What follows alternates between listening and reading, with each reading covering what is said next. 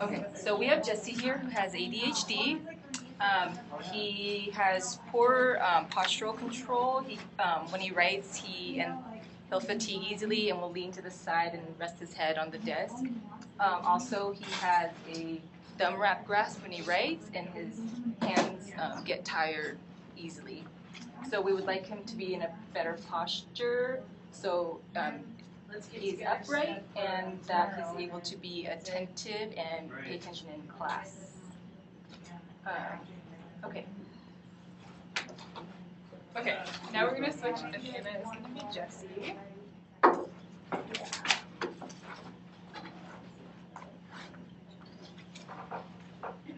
So like we said, Jessie is having some trunk weakness and he's having some trouble with endurance while he's writing, remaining upright and in a proper posture.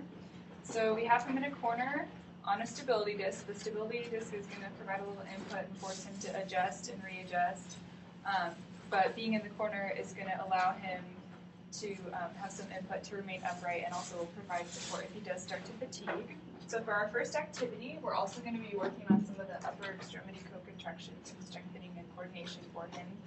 So we would use bean bags if they were available, just because those have some weight and might provide a little bit more opportunity for him to strengthen, but this is a way that you can also grade. So what we're going to do today is have Jessie first start off by using his right hand to pick up a ball or a bean bag and toss it into the coordinating color. I'll go ahead and do a couple. And then I'm going to say, okay, Jessie, can you switch and use your left hand and do the same thing? Toss all the bean bags into their coordinating color. So this way he's able to also work on some of his eye-hand coordination and spatial relationships that he needs. And then you can switch to either moving the hula hoops farther or using a smaller target, and do the same thing. Have him go ahead and just toss using either his right or his left arm. You can also tell him to throw overhand or underhand and use co-contraction. And you would just do that with more than a couple bean bags. So thanks, Jessie. Okay. So position it here. Should we stop it? Oh. Okay. So for the next activity, we're having Jessie on a scooter board prone to work on his co-contraction. And this activity will also help with eye-hand coordination, bilateral movements. Crossing midline. Oh, crossing midline, and also memory for spelling and increasing his hand strength. So Jessie, could you grab 5 or try and grab as many bugs as you can with your right hand?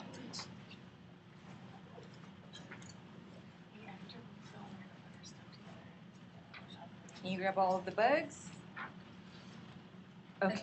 In this case, you have him try to keep them in his hand as he goes to work on some of the intent manipulation. And then, thank you. Jessie, can you try and grab the last bug with your left hand?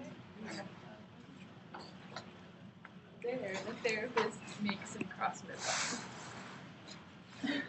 So now, to work on his spelling, or to incorporate spelling and memory into this activity, I would have Jessie look up at this word. Jessie, can you see, can you read this? Book. It says book. So can you spell the word book using the letters on the ground?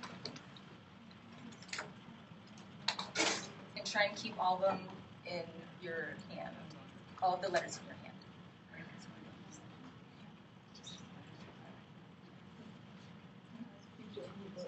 Oh. You see it? Okay.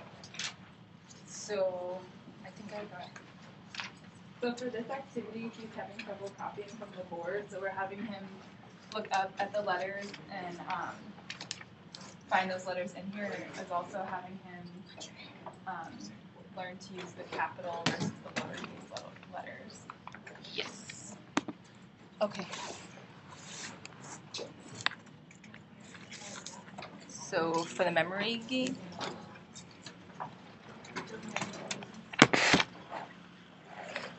okay.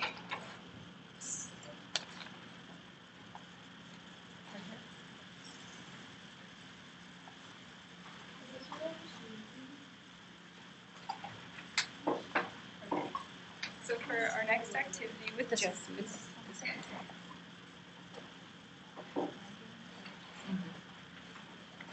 So the next activity is memory, and what this is going to address is, of course, his memory, but also in-hand manipulation, as I'm going to ask Jessie to pick up a card, be able to turn it around once before setting it down to help with in-hand manipulation. And also I place the cards in a wider position, that way it can help with crossing midline. So Jessie, can you try and make a pair, but when you pick a card up, flip it over before you set it back down. Okay, can I use either hand? So use your right hand first. Okay. Oh, that's pretty hard.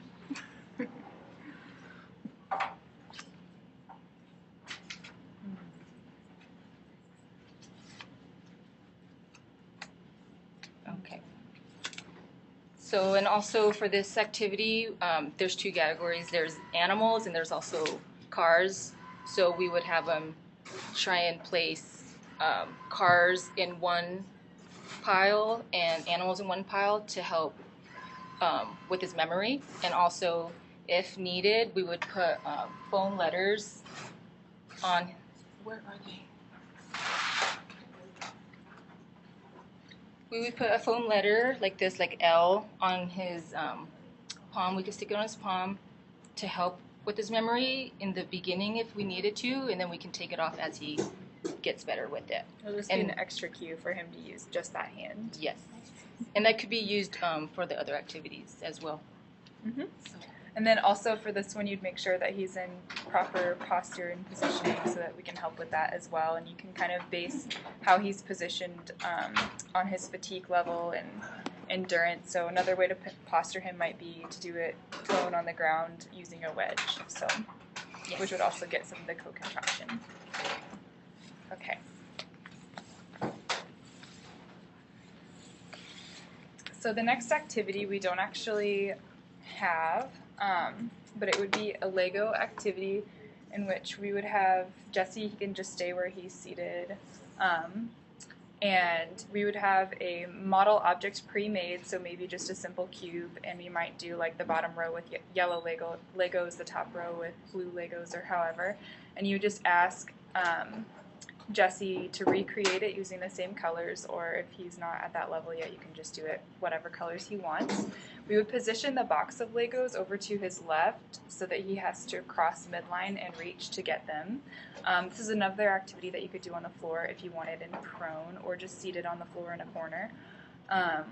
You might also have some of the pieces in the Lego box already stuck together so that he has to pull them apart and use some bilateral skills and more co-contraction. So I think that's it for that one. Oh, and it also helps to address some of his spatial relations and visual perceptions and things like that. And visual motor skills.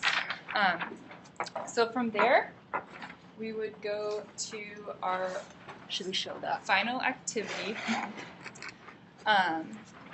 which is creating a storybook. So we have here written on the board a sentence, and ideally you'd kind of have it at the beginning of your treatment with him. You might also have the lines up there, put it in a projector so that you can write it on paper that has the lines and the dotted lines for visual cueing, for sizing and alignment, since he's having issues with that. So we have here a page of the storybook, which he'll create one each time he comes in. So it would be something like this. You might clean it up a little bit, but you can see on the top it has a connect the dot image, so that would be his first task to help with some of his visual motor and perception. And for this task, we also have him using a pencil with a different grip. You might have to test a couple with him, but since he has a thumb wrap, we want to open up the web space and help him learn to use a more efficient grab. So this one kind of tells you where to put your thumb for your right or your left hand. So we'd help him get positioned, and this would be a cue for him to use a better grip. So the first part, you just say to Jessie to have him connect the dots to create the dinosaur.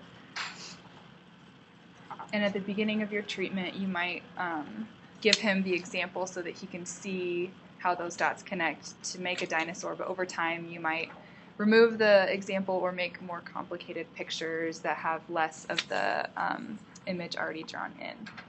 And then for the next part of the task, you would have Jessie copy the sentence from the board onto the page, which just helps him with writing. You'd want to make sure he's using proper seating, so you'd want his hips in neutral, his knees at 90, his elbows to be well positioned, and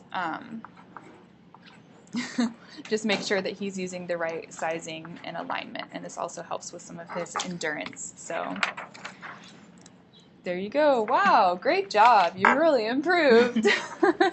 And this, he could also color. So I think, did we hit everything for that? I think that's it. Okay.